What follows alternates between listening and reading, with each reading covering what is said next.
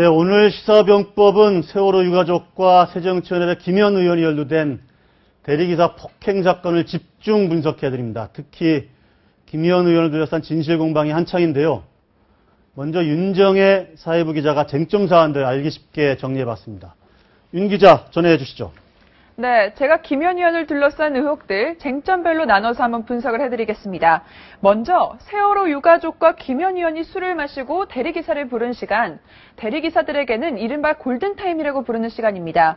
최대한 많이 전화를 받고 영업을 뛰어서 바짝 영업을 올려야 하는 그런 시간입니다.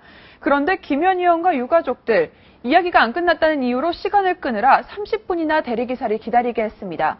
굉장히 많이 짜증이 나 있는 상황이었죠. 그런데 이제 다른 기사를 부르라. 나는 이제 가보겠다라고 말을 하자마자 김현 의원이 갑자기 돌아서는 대리기사의 겉옷을 잡아 끌었다는 겁니다. 신체적 접촉이 없었다는 주장을 완전히 뒤집는 이야기인 겁니다. 당시 대리기사가 폭행 현장에서 찍힌 사진을 저희가 입수를 했거든요. 한번 같이 보시겠습니다. 네, 지금 모습을 보시면 정장을 입고 있는 사람이 바로 당시 폭행을 당한 피해 대리운전기사입니다. 보시면 지금 겉옷도 많이 벗겨져 있고요. 단추도 셔츠도 풀러져 있고 넥타이도 흐트러진 모습 보실 수 있을 겁니다. 누군가 잡아 끌거나 누군가 폭행해서 많이 흐트렸다는 거죠. 그런데 대리기사 측의 변호사 말에 따르면요. 이렇게 옷을 잡아 끈 것만이 아니었습니다. 바로 내가 누군지 알아 라고 하면서 김현 의원이 막말을 했다는 겁니다. 처음부터 반말로 소리를 질렀다는 건데요. 폭행을 당한 대리기사의 변호인이 오늘 영등포 경찰서에 나와서 입을 열었습니다. 한번 뭐라고 이야기를 하는지 같이 듣고 넘어가시겠습니다. 폭행의 발단이 김현 의원과의 시비에서 먼저 시작이 됐고 일부 그 김현 의원 일행 중에서 김현 의원을 좀 뜯어 말리는 상황이었고 가장 격앙돼 있었고 또 그리고 이제 김현 의원이 준 명함을 돌려받는 과정에서 김현 의원이 그 명함을 뺏어라는 말을 했다고 합니다. 그래서 그때부터 폭행이 시작됐다고. 네, 김기수 변호사는 지금 김현 의원이 공범이라고 이야기를 하고 있습니다. 이 폭행의 발단을 김현 의원이 제공을 했다는 겁니다. 명함을 뺏어라고 소리를 지르면서 명함을 뺏으려면서 몸싸움이 시작이 됐다는 건데요. 이제까지 김현 의원 뭐라고 했습니까? 자신은 수치심을 주는 발언도 안 했었고 반말도 한 적이 없다라고 주장을 해왔죠. 그런데 이 발언에도 반대가 되는 증언이 나온 셈입니다. 이뿐만이 아닙니다. 어제 김기수 변호사와 저희 취재진과의 통화에서 따르면요. 더 이야기가 많이 나왔는데요. 김현 의원이 가려는 대리기사에게 이러면 안 되지라고 반말로 소리를 질렀고 거기 안 서라고 소리를 질렀다고 합니다. 이 발언이 사실이라면 이 폭행의 원인 제공자 바로 김현 의원이 되는 거겠죠. 세 번째 쟁점입니다. 네, 김현 의원은 사건 당일부터 계속해서 일관적으로 저희 기자들에게도 자신은 조금 떨어져 있어서 폭행 상황의 전반적인 내용은 잘 모른다라고 주장을 해왔습니다. 먼저 당시 김현 의원의 발언 한번 들어보시겠습니다. 그렇게 하지 않았기 때문에 좀 신중했으면 좋겠습니다. 대리기사와의 폭행 장면은 제가 목격하지 못했습니다. 네, 하지만 목격자들로부터 입수했던 당시 현장 상황과 CCTV 한번 같이 보시겠습니다. 네, 지금 이 모습이 당시 폭행 현장 모습입니다. 굉장히 격렬한 난투극이 벌어지고 있는 모습인데요. 이 내용을 잘 보시면요. 당시 이 현장에 계속해서 김현 의원이 머무는 모습 보실 수 있을 겁니다. 김현 의원이 현장에 머무는 것은 물론이고 폭행을 하고 있는 김병건 위원장을 아주 적극적으로 말리고 있는 모습까지 다 찍혀 있습니다. 그러니까 이 폭행 현장을 전혀 못 봤다는 김현 의원의 말은 완전히 사실과 다른 것이게 되는 거겠죠. 이 영상만 보면요. 폭행 사건의 발생 이유와 당시 상황을 가장 잘 알고 있는 인물이 김현 의원이기도 합니다. 마지막 의혹 하나 보시겠습니다. 네, 지구대 말고 형사계로 가라. 바로 김현 의원이 신고를 접수하고 출동한 경찰들에게 한 말입니다. 저도 계속 사회부에 있다 보니까 여러 폭행 사건들 많이 보게 되거든요. 가게 되면은 가장 먼저 가는 곳이 바로 지구대입니다. 지구대에 가서 기본적인 조사를 하고 그다음 경찰서 형사계로 가는 게 기본적인 조사 원칙인데요. 지금 이것과는 전혀 다른 말을 한 겁니다. 김현 의원에게는 왜인지 예외였던 거죠. 사고 발생 후에 바로 형사계로 가서 피해자 새벽까지 피해자는 강도 높게 조사를 받았는데도 불구하고 가해자 측은 모두 귀가시켰습니다. 그래서 일각에서는 경찰이 오히려 김현 의원과 유가족들이 서로 입을 맞추고 진단서를 준비할 시간을 준 건 아니냐라는 비판까지 나오고 있는 상황입니다. 또 김현 의원이 어떤 사람인가 보면 국회 안전행정위원회 소속이죠. 이 안전행정위원회 어떤 곳이냐? 바로 경찰청을 국정감사하고요. 또 국회 경찰청장까지 불러낼 수 있는 상당히 높은 위치입니다. 그러니까 경찰 중에서는 갑 중에 갑이라는 얘기까지 나오겠습니다. 네, 그러면 오늘부터 지금 오늘 1시부터 진행되고 있는 이 목격자와 유가족 간의 대질신문, 과연 쟁점은 어떤 것들이 있는지 한번 살펴보겠습니다. 네, 현재 김병건 전 세월호 가족대책위원장을 포함해서 유가족 4명과 그리고 사건 당시 현장에 있었던 신고자와 목격자 3명, 그리고 2시 반쯤에는 피해 대리기사까지 영등포 경찰서에 도착해 있습니다.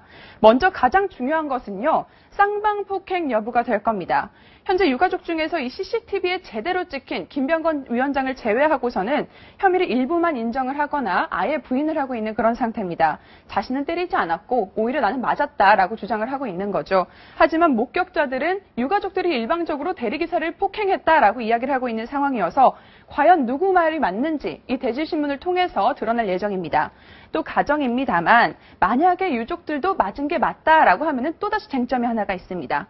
바로 이 대리기사와 행인들의 행위가 정당방위로 인정이 되느냐도 쟁점이겠죠. 현재 경찰에서는요, 선의의 시민이 형사 입건되는 것을 막기 위한 조치다라고 하면서 이 폭행을 말린 행인들에 대해서는 정당방위로 면책하는 방안까지 고려 중이라고 밝혔습니다.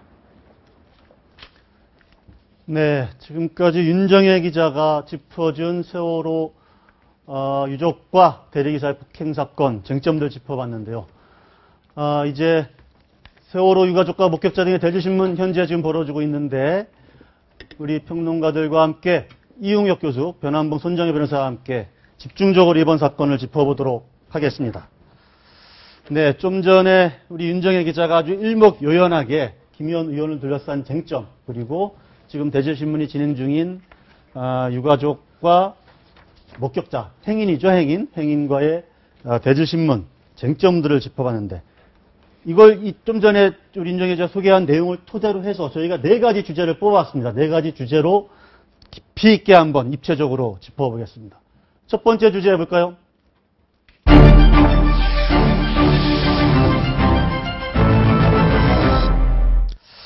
네, 지금 조금 전에 대리기사 이모 씨의 변호인이 경찰에 출석을 하면서 폭행 시비의 발단이 김현 의원에서 시작이 됐다, 이렇게 이야기를 했거든요.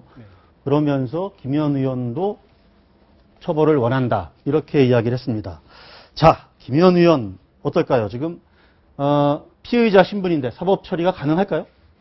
그분께서 원인을 제공했다는 것만으로 책임이 있다 없다 문제가 아니라 네. 일단 그분께서 그 현장에 있으셨는데 네. 물론 김현 의원이 현역 국회의원이라는 신분 때문에 직접 폭력을 행사하지는 않으셨을 거라고 저도 생각을 합니다. 네. 다만 그분께서 폭행 현장에서 어떤 말이라든가 심리적으로 폭행하는 행위자들에게 심리적으로 동조행위를 했다라든지 하면서 예. 폭행 가해자들이 뭔가 심리적으로 안정감을 얻고 좀 더 용기를 얻었을 경우 네. 그런 경우는 공동정범으로 처벌될 가능성이 있다고 보여지고 네. 가사 그것이 아니라고 하더라도 폭행 현장을 지켜보면서 아무런 행위도 하지 않고 오히려 방치했을 경우 그 경우에도 폭행의 그 방조법으로 처벌될 수 있는 여지는 있다고 보여지기 때문에 네. 어떤 식으로든 만약 김현 의원이 적극적으로 폭행 현장을 제지하면서 이래서는 안 된다라고 말렸다는 특별한 사실이 없는 한 사법 처리 가능성이 높지 않을까 예측을 해봅니다. 그러니까 직접 폭행은 한 사실은 현재 없겠죠. 없을 가능성이 높고요. 예. 그리고 실제 CCTV 상에도 뭐 김현이 직접 폭행했다거나 뭐 이런 증거는 나온 사실이 없고, 네. 다만 옷깃을 잡았다는 거는 좀 논쟁의 여지가 있는 거죠, 윤 기자. 옷깃을 잡았는지는. 네. 예. 폭력의 범위를 이제 다양하게 볼 수 있는데, 예를 들면 주먹으로 때리고 발로 때린 것만으로만 폭력이 아니고요. 예. 옷깃을 잡거나 멱살을 잡은 것도 상황에 따라서는 폭력으로 네. 평가할 수 있는 여지가 있습니다. 지금 옷깃을 어떻게 잡았는지는 뭐 사실관계가 밝혀지면 확인이 되겠지만, 만약에 옷깃을 잡고 도망가지 못하게 하고 그 과정에서 어떤 유형력 행사라고 하거든요, 폭력은. 네. 그렇게 본다면 일정 부분 대리기사한테 어떤 신체적인 접촉을 통한 유형력 행사를 했다라고 평가될 가능성도 있죠. 네. 그러니까 이제 큰 틀에서 보면은 결국은 이제 공동이 폭행을 했다. 여기에 네. 대한 혐의 입증을 경찰이 네. 하려고 하는 건데요. 네. 뭐 이것이 어떤 뭐 옷깃을 잡든 뭐 물리를 행사하든 뭐 이것뿐만이 아니고 뭐 과거에 그 판례에 의하면 인상을 험상궂게 줘서 위세를 보이는 이것도 사실은 이제 공동으로 폭행을 한 모습으로 평가를 하는 것을 보면 혐의의 입증에 상당한 가능성이 높게 지금 경찰은 접근하는 것이 아닌가. 일단은 예. 폭행과 관련돼서 이제 뭐 그런 것이 있는 것 같고요. 예. 또 지금 뭐 그 이후에 여러 가지 어떤 법률 검토도 뭐 하고 있는 것 같은데 아, 직접적인 위해를 가하지 않았더라도 옆에서 어떤 위력, 예를 들어서 뭐, 딱 뒷짐지고, 남들 패는 거를 옆에서 구경하고 있었다. 그런 것도 일종의 어떤, 예. 구경만은 안 되고요. 네. 그 현장 그 폭행한다는 거를 인식을 하고 거기에 어떤 동조한다는 인식을 가지고 네. 그 폭력적인 어떤 행동을 하게 되면 공동정범으로 처벌 가능성이 아. 있죠. 네. 지금 옷깃을 잡았다는 부분 자체도 지금 논란의 여지가 있는 거죠? 예, 맞습니다. 김현 의원이 처음에는 자신의 현장에서 멀리 떨어져 있었고 전혀 실질적인 접촉이 없다고 했었거든요. 예. 그러니까 본인도 옷깃을 잡았다는 것이 알려질 경우에 그게 문제가 될 것이라는 걸 분명히 인지하고 있는 상태였었던 걸로 보이고요. 정황상. 지금 그리고 나오는 얘기가 왜 옷깃을 잡았냐 이랬을 때 목격자 진술도 굉장히 많이 나왔었습니다. 네. 당시 김현 의원이 명함을 주니까 네. 이 명함을 가지고 트위터에 올리겠다라는 목격자들의 이야기를 듣고서 김현 의원이 굉장히 흥분을 해서 그걸 뺏으려고 했다는 겁니다. 예. 그렇기 때문에 옷깃을 잡았다는 그 정황 자체가 이 목격자들 진술을 통해서 나온 상황이거든요. 네. 그래서 그 부분도 분명히 경찰 조사에서 다뤄줘야 될 부분인 것 같습니다. 다만 이제 옷깃에 있어서 명확히 구분을 할 점은 폭행하는 와중에서 도망가지 못하게 도와기 위해서 옷깃을 잡았다고 한다면 그것은 명백한 폭행이 될 겁니다. 근데 만약 기자님께서 정리하신 대로 아직 폭행이 이루어지기 전에 다시 트위터에 올리겠다, 여론에 알리겠다, 인터넷에 네. 올리겠다는 행위를 하니까 당황해서 옷깃을 잡고 명을 뺏으겠다 하면 아직 폭행이 시작되기 전이기 때문에 그 행위를 가지고 폭행의 공동 전범이라고 논하기는 약간 힘들 것 같습니다. 네. 그 부분은 옷깃을 잡은 것이 언제 시점인지를 좀 밝혀야 될 것 같고 예. 그에 따라서 이제 공동 정범 여부에 대해서 판단할 수가 있을 것 같습니다. 상해 세 번째 주제부터 상해 방조 혐의는 어떨까요, 그러면? 예, 그것은 이제 말씀드린 대로 이제 5명 정도의 유가족들이 대리운전기사를 격렬하게 폭행을 해서 상해 이르게 할 때 그 네. 상황을 당초 김 의원은 그 폭행 현장과 멀리 떨어져 있었고 보지 네. 못했다라고 얘기를 했었는데 네. CCTV라든가 목격자들의 진술에 의하면 그 현장을 정확히 인지를 하고 있었습니다. 그럼 김 의원도 같은 일행으로서 그 상해를 말려야 할 만한 의무가 있다고 할 수 있는데 오히려 방치하면서 뭐 심리적으로 저 사람 국정원인지 의심이 된다. 네. 그런 말을 하면서 범죄의 현행을 방치한 것이 아니냐. 그런 측면에서 펌의 방조 혐의는 상당히 높은 가능성이 좀 예측되고 있습니다. 우리 손 변호사님도 같은 생각이신가요? 저는 김현 의원도 방조에 대한 어느 정도 두려움을 갖고 있다고 생각을 해요. 어제 조사받으시면서 변호인 참석하에 참고인 조사를 받았고요. 예. 그리고 일단은 표면적으로는 죄송하다라는 얘기를 했고, 지금 지구대가 아닌 형사계로 가자라고 얘기한 부분은 자기에 대한 어떤 본능적인 자기 방어가 이루어졌다라고도 생각이 되는데, 네. 현장에서 어떤 역할을 하지 않았으면 정말 카메라 들이미니까 저 안 때렸어요. 뭔가 때리는데 도움을 주는 행위를 했었을 때 자기 방어 본능이 그대로 표출될 수 있거든요. 그 네. 부분에 대한 본인도 인식하고 있는 것 같고, 이제 상해 방조라고 나왔는데 어떻게 보면 이제 공동 폭행으로 지금 논의가 되고 있잖아요. 그 부분 방조인데 어떤 폭력에 대한 상황을 유발하거나 촉발하거나 계속 지속적으로 하는 행동을 해도 방조로는 포함될 수 있기 때문에 네. 방조 혐의는 조사 결과를 지켜봐야 되겠지만 가능성이 충분히 경찰로서는 있다. 검토해 볼 만한 혐의다. 예. 그렇죠. 그러니까 저걸 조금 더 구체적으로 보면 아마 그 유가족께서 처음부터 상해를 하려고 했던 것보다는 이제 폭행을 통해서 상해라는 결과가 나왔으니까 예. 폭행 치상에 대해서 이제 김 의원이 방조를 한 것으로 네. 볼 수가 있고, 또 어저께 그와 같은 것을 의식을 해서 어떤 변호인의 조력을 받은 것 같은데 전략적으로 예. 나는 이렇게 때리는 것조차 보지 않았다라고 이제 얘기를 한 점은 예. 이와 같은 방조의 어떤 혐의에 대한 논란 자체를 처음부터 키우지 않기 위해서, 왜냐하면 때린 것을 보지를 않았기 때문에 예. 상해 방조의 얘기조차 이제 꺼내지 않으려고 하는 그 같은 그렇죠. 전략으로 첫 번째 일성이 나는 싸우는 거 못 봤다 네. 라고 한 이야기가 네. 그것을 의식을 해서 전략적인 발언을 한 것이 아닌가 이런 생각이 듭니다. 멀리 떨어져 있어서 자신은 못 봤다. 지금 이렇게 주장을 하고 있는 것이고요. 관련해서 이제 다시 두 번째 주제를 다시 한번 보시면 모욕 혐의는 어떻게 될까요? 모욕. 이 부분에서는 이제 김현 의원이 소속이 어디냐, 내가 네. 누군지를 아느냐, 뭐 대리운전기사인 주제에 국회의원한테 태도가 상당히 불손하다, 네. 여러 가지 모욕적인 언사를 한 것으로 나와 있는데 네. 아직 구체적으로 어떤 게 모욕이 되는지는 특정이 되지는 것 같지는 않습니다. 네. 대리운전기사는 당시에 상당히 이제 모욕감을 느꼈던 것 같고 네. 이제 상당히 국민들도 공분하고 계신 것 같은데 이른바 국회의원의 특권의식을 지나치게 내보인 것이 아니냐라고 하는 것 같은데 이제 범죄로서 그 처벌하기 위해서는 좀 더 명확히 특정돼야 되기 때문에 김현 의원이 구체적으로 어떤 단어를 적시해서 어떠한 모욕적인 언사를 표현하셨는지 거기에 대해서는 네. 좀 더 구체적으로 밝혀져야 되지 않을까 예를 싶습니다. 들면 어떤 경우에 모욕죄가 성립이 될까? 좀 사례를 들어서 한번 설명해 주시죠. 모욕죄는 경멸의 의사표시라고 해요. 뭐 방송용으로 할 수는 없죠. 무슨 욕을 한다던가 뭐 네. 지금 말씀하신 부분 중에 대리기사 주제 정도는 어떤 경멸의 의사표시니까 가능성이 있지 않을까 싶은 대리기사 생각이 드는데 주제에 예를 그런 들어서 말은 그 얘기를 했다면 예, 네. 했다고는 확정이 되지 않았기 때문에 근데 단순히 야 너 거기 서 그리고 사람을 하대하는 듯한 무례한 행동만으로는 모욕죄로 볼 수 없다는 판례가 있어요. 그러니까 아. 무례한 행동만으로는 부족하고 네. 누가 봐도 좀 경멸적인 의사표시 누구처럼 못생겼다라든지 욕을 하든지 이러면은 아. 가능하겠지만 네. 예, 지금 상황에서는 좀 모욕죄까지는 어렵지 않을까. 다만 아. 도덕적 비난 가능성은 매우 네. 높죠. 그러니까 이제 뭐 예를 들면 뭐 이게 비관한 사례도 들 수 있을 것 같은데요. 경찰이 이제 그 업무 집행 중에 뭐 취객이라든가 네. 뭐 이런 사람을 이제 마주쳤을 때 그 취객이 이제 경찰을 비하하는 뭐 예를 들면 어떤 뭐 동물을 뭐 이렇게 비유를 한다든가 아니면 무슨 새를 비유한다든가 이렇게 경찰을 이제 비하하는 네. 그런 이제 말을 하는데 그런 경우 요즘에 그 모욕죄로 뭐 입건을 해서 뭐 이렇게 처벌을 하는 아, 그게 그런 가능합니까? 입건- 무슨 새 그런 당연히 모욕죄인 것 같아요. 그 아. 공권력을 행사하는 경찰한테 다들 아실 거예요. 무슨 예, 새라고 예. 하는 거는 모욕행위나 마찬가지죠. 네. 모욕죄 하니까 얼핏 그 네. 창원시장 우리 안상수 창원시장한테 그 저 계란 투척한 네. 그 시의원 있지 않습니까? 이분한테도 공무집행 방해 그리고 모욕죄가 같이 또 고발을 모욕죄를 같이 해서 고발했던 것 같은데 그런 경우는 모욕죄 가능합니까? 그 계란을 직접 던지는 유형력을 행사했기 때문에 네. 폭행죄가 성립할 수가 있을 것이고 예. 던지는 와중에 또 무슨 욕설을 하셨기 때문에 네. 단순히 경멸의 감정이 아니라 적극적으로 욕설을 행하신 경우라서 네. 이번 것보다는 좀 더 혐의가 분명해 보입니다. 아, 그렇군요. 아까 그 지구대로 가지 말고 형사계로 가자. 그렇게 하고 경찰의 어떤 당일날 경찰에 같이 이제 수행해서 경찰에까지 가지 않고 결국은 이제 그 자체가 업무를 방해한 것 아니냐.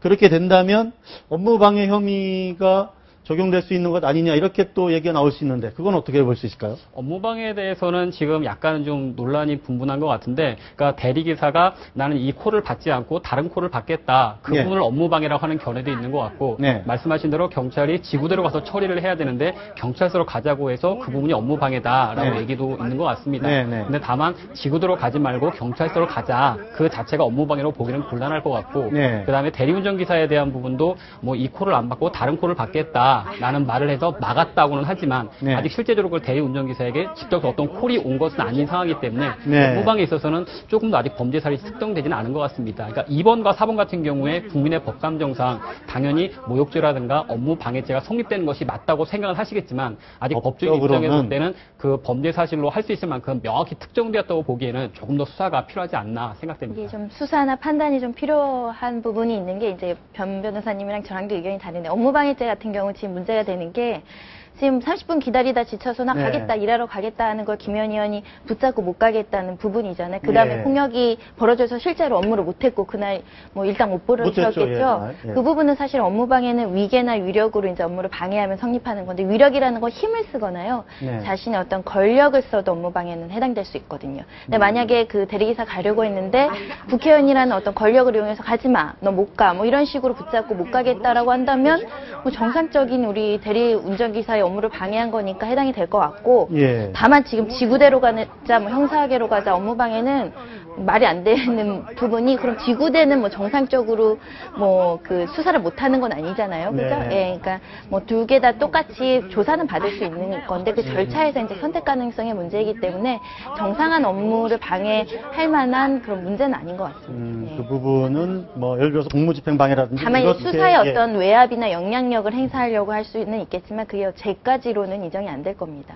네. 그리고 경찰에 대해서 뭐 업무 방해를 했다 이것은 뭐 이게 논리적으로도 네, 안 맞는 것 같고요. 그렇고. 오히려 이제 뭐 이게 의무 없는 일을 혹시 이제 시키게 한 것으로 만약에 본다고 한다면, 네. 왜냐하면 이제 이 순찰차, 지구대에 있는 경찰관들이 사실은 순찰차를 타고 네. 지구대로 가는 것이 원칙의 일반적인 루틴 업무인데, 네. 그러니까 느닷없이 이제 어떤 국회의원이라고 하는 뭐 권력을 이용해서 네. 경찰관이 하지 않아도 될 일을 즉 형사계로 가는 이 특이한 것을 혹시 뭐 시킨 것은 아니냐라고 네. 하면 혹시 뭐 직권남용이나 그런 쪽으로 한번 법리 검토가 가능하진 않을까 뭐 그런 생각이 드는데요. 뭐 예. 나중에 좀 생각을 해봐야 될 것 같습니다. 김 의원 의원이 만약에 사실은 뭐 여러 가지 이유로 의원직을 상실하는 경우도 있긴 있거든요. 뭐 공무집행 방해라든지 뭐 심지어 폭행 혐의로도 의원직 상실할 수도 있는데 어떨까요? 지금 김 의원 의원이 지금까지 드러난 혐의만 가지고 놓고 봤을 때 네.